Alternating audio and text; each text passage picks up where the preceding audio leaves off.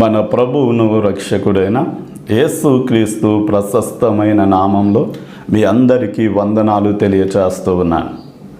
సరే, ఈ రోజున చాలామంది మనుషులు యూట్యూబ్లో వీడియోలు చేస్తున్న వారిని, సినిమా హీరోలను, హీరోయిన్లను, మరికొంచెం మంది రాజకీయ నాయకులను కోట్ల కొలదిగా అభిమానులుగా వారు ఉంటూ వారిని వెంబడిస్తూ ఉన్నారు. ఈ రోజున మనం ఎవరిని వెంబడించాలి, ఎవరిని అనుసరించి అనుచరులుగా ఉండాలి అంటే మనం యేసయ్యను వెంబడించేవారిగా, యేసయ్య అనుచరుల వలె మనము జీవించాలి. అపోస్తల కార్యగ్రంథం 9వ అధ్యాయం 26వ వచనాన్ని మనం చూడగలిగితే, అంతియోకియాలో ఉన్న శిష్యులు, విశ్వాసులు మొట్టమొదటిగా క్రైస్తవులు అనబడ్డారు అని రాయబడి. క్రైస్తవులు అనగా క్రీస్తును వెంబడించేవారు, క్రీస్తును అనుసరించేవారు, క్రీస్తు అనుచరులు అన్న విషయాన్ని మనం గ్రహించాలి. ఈ రోజున యేసుక్రీస్తు వారిని అనుసరించి వెంబడించే వారిగా నీవు ఉండాలి అంటే ప్రాముఖ్యంగా 3 విషయాలను నీవు చేసే వ్యక్తిగా ఉండాలి. మొట్టమొదటిగా నీవు గొప్ప ఒప్పుకోలును కలిగిన వ్యక్తిగా ఉండాలి. అంటే మనం ఏమి ఒప్పుకోవాలి అని ఆలోచన చేస్తే, మత్తయి సువార్త 16వ అధ్యాయం 13వ వచనంలో యేసయ్య తన శిష్యులను అడుగుతూ ఉన్నాడు, మనుషులు నా గురించి ఏమనుకుంటున్నారు అని అడిగినప్పుడు వారు కొంతమంది ఇర్మియా అని, ఏలియా అని, ప్రవక్తలలో ఒకడని నీ గురించి చెప్పుకుంటున్నారు అన్నప్పుడు వారి సంగతి మీరు అలా ఉంచండి. ఈ రోజున కూడా చాలామంది యేసయ్య ఆపద ముక్కులు వాడు, ఆపద వచ్చినప్పుడు ఆయన దగ్గరికి వెళ్తే తీరుస్తాడు అని, మరికొంచెం మంది యేసయ్య మంచి వైద్యుడు, మరణపు అంచుల వరకు వెళ్ళిన వారిని సహితం బాగు చేస్తాడు అని, మరికొంచెం మంది యేసయ్య మాటలు చాలా జ్ఞానము కలిగినవని, ఒక్కొక్కరు ఒక్కొక్క విధమైన అభిప్రాయాన్ని యేసయ్యను గురించి కలిగి ఉన్నారు.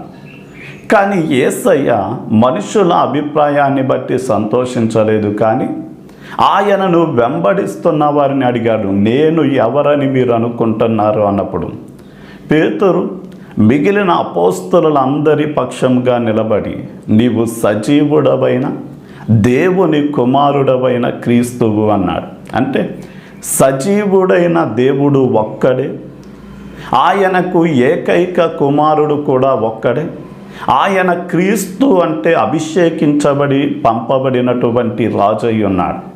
అంటే యేసయ్యను మనము దేవునిగా, మన పాపములను క్షమించి మన ఆత్మను నిత్య నరకము నుండి తప్పించే రక్షకునిగా మనం అంగీకరించి నోటితో ఒప్పుకున్న వారిగా ఉండాలి. మనం పేతురు జీవితాన్ని పరిశీలన చేస్తే, గెత్సేమనే తోటలో యేసయ్య బంధింపబడే మునుపు, ఈ రోజున మీరు అందరూ నన్ను విడిచి వెళ్తారు, నేను పట్టబడి శిలువ మరణానికి అప్పగించబడతాను అన్నప్పుడు పేతురు అంటాడు, నేను చావనైనా చస్తానేమో కానీ నిన్ను వదిలిపెట్టను అన్నాడు. అప్పుడు యేసయ్య, నీవు నన్ను ఎరగనని ముమ్మారు చెప్తావు అన్నాడు. కానీ పేతురు, లేదు ప్రభా, ఏది ఏమైనా చావనైనా చస్తానేమో కానీ నిన్ను మాత్రం ఎరుగనని చెప్పను అన్నాడు. కానీ యేసయ్య పట్టి బంధించబడి, న్యాయస్థానాలకు ఈడ్చబడి, శిక్షను అనుభవిస్తూ ఉన్న సమయంలో ఈ పేతురు గారు ఎవరి ప్రజల మధ్య అయితే నుంచున్నాడో వారు నీవు యేసును వెంబడించేవాడవని, ఇదిగో నీ వస్త్రధారణ, నీవు మాట్లాడే మాట, నిన్ను మేము అక్కడ చూసాము అన్నప్పుడు, లేదు లేదు నాకు యేసు అంటే ఎవరో తెలియదు అని ఆయన్ని దూషించి అతని మీద అతడు ఒట్టు పెట్టుకుంటూ 3 సార్లు యేసయ్యను ఎరగనన్నాడు.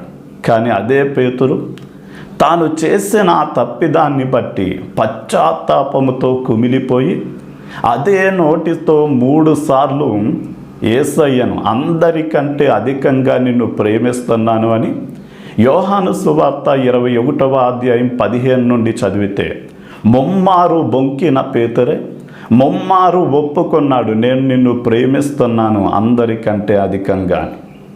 ఆ తర్వాత పేతురు జీవితాన్ని మనం పరిశీలన చేస్తే, దేవుని ఆత్మను పొందిన తర్వాత మేము మనుషుల మాట వినడం కాదు, దేవుని మాట వినడమే శ్రేష్టం, మేము కన్న వాటిని విన్న వాటిని చెప్పక ఉండలేము అని ధైర్యముగా అందరి ముందు యేసయ్యను గురించి ఒప్పుకున్నాడు, ప్రకటించాడు.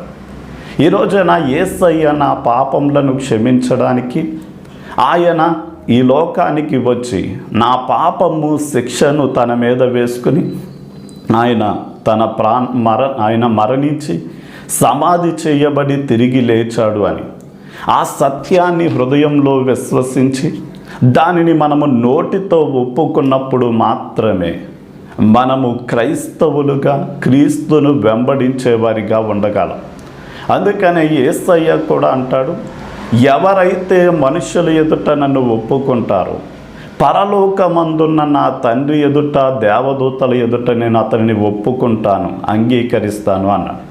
కానీ మొహమాటానికి, సిగ్గుకు, లేక కుల మతస్థుల యొక్క వారికి భయపడి ఎవరైతే యేసయ్యను నోటితో బహిరంగంగా దేవుడిగా రక్షకుడిగా అంగీకరించారో అలాంటి వారు ఏ మాత్రము కూడా దేవుని చేత, యేసయ్య చేత తన బిడ్డలుగా, తన రాజ్య వారసులుగా ఎన్నడూ కూడా అంగీకరించబడరు. కనుక ఈ వీడియో ద్వారా ఎవరైతే చూస్తున్నారో యేసయ్యను మీ హృదయంలో విశ్వసించి ఉండాలి. మీ నోటితో మీరు ఖచ్చితంగా ఆయన్ని దేవునిగా రక్షకునిగా అంగీకరించి ఉండాలి. సరే, మనం రెండవదిగా యేసును వెంబడించేవారిగా అనుసరించేవారిగా ఉండాలి అంటే గొప్ప ఆజ్ఞలు మనకి ఇవ్వబడ్డాయి, వాటిని పాటించేవారిగా ఉండాలి. అంటే అది నెలకోసారో సంవత్సరంలో 40 రోజులో కాదు, కానీ ప్రతి నిత్యము అనుదినము మనము పాటించవలసిన ఆజ్ఞలు ఇవ్వబడ్డాయి. వాటిని మనము అనుసరించినప్పుడు మాత్రమే, పాటించినప్పుడు మాత్రమే మనం ఆయన శిష్యులుగా, ఆయన్ను వెంబడించేవారిగా, ఆయన్ని అనుసరించేవారిగా ఉండగలం. అందుకని ఏ ఆజ్ఞలు పాటించాలి అంటే మొట్టమొదటిగా నీ పూర్ణ హృదయంతో, నీ పూర్ణ ఆత్మతో, నీ పూర్ణ బలముతో నీ దేవుడైన యెహోవాను ప్రేమించాలి.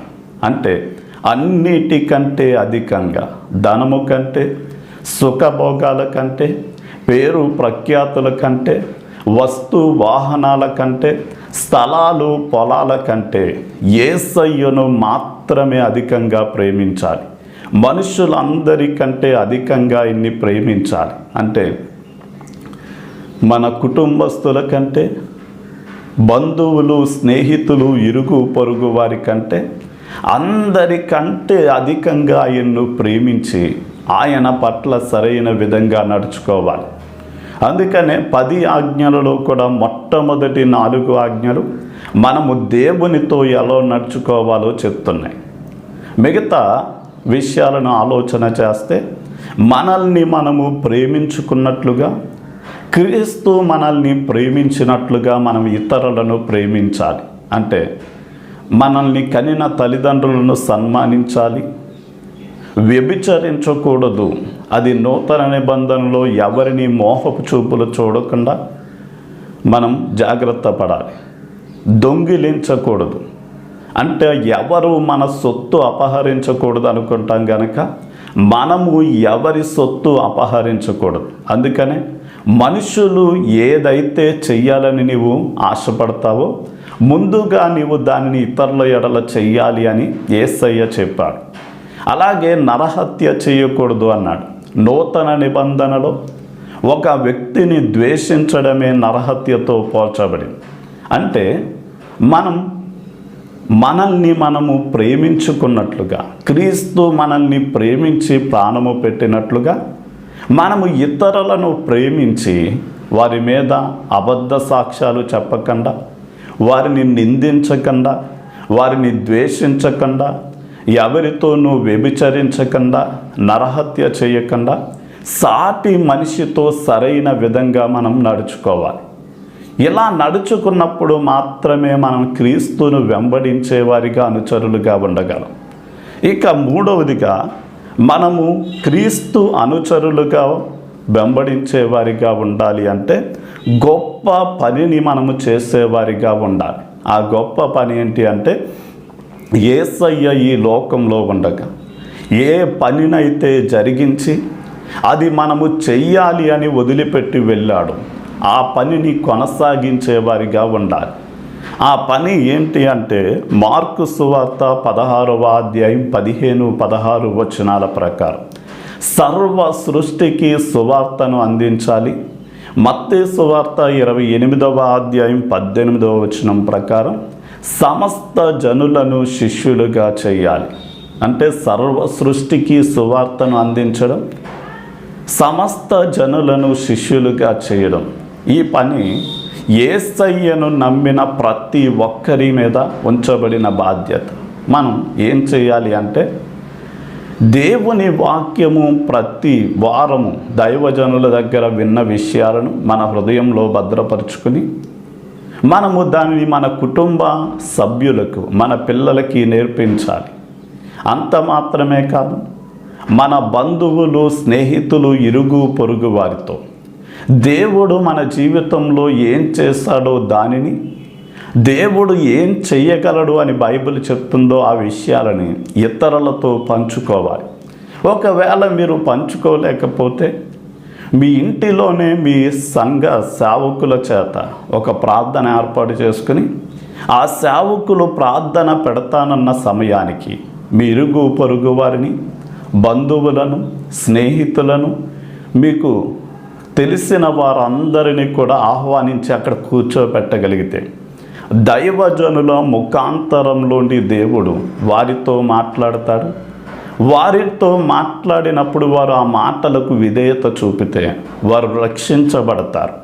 వారు రక్షింపబడడానికి కారణం ఎవరవుతారు అంటే, ఎవరైతే ఈ విధంగా సువార్త ప్రకటించబడడానికి, అనేక మంది శిష్యులుగా మార్చబడడానికి ఎవరైతే దైవజనులకు సహకరిస్తూ ఉన్నారో, ఎవరైతే దైవజనులతో కలిసి ఈ భారాన్ని మోస్తున్నారో, వారందరూ కూడా ఆత్మల సంపాదకులుగా ఉంటారు. ప్రార్థన. తండ్రి, నీకే వందనాలు, స్తుతులు చెల్లిస్తున్నా.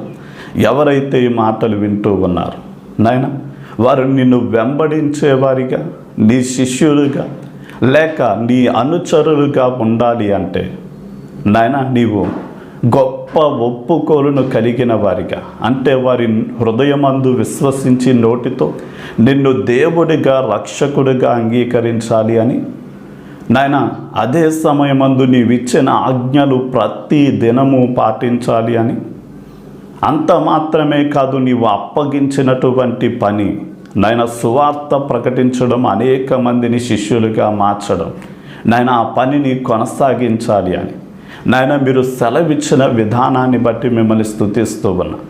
ఈ మాటల ద్వారా ప్రతి ఒక్కరిని మీరు దర్శించి వారు నిన్ను అనుసరించేవారిగా, వెంబడించేవారిగా ఇలాంటి ధన్యత, భాగ్యము కలిగి ఉన్నట్లు సహాయం చేయమని యేసు నామంలో అడిగి వేడుకుంటున్నాం తండ్రి.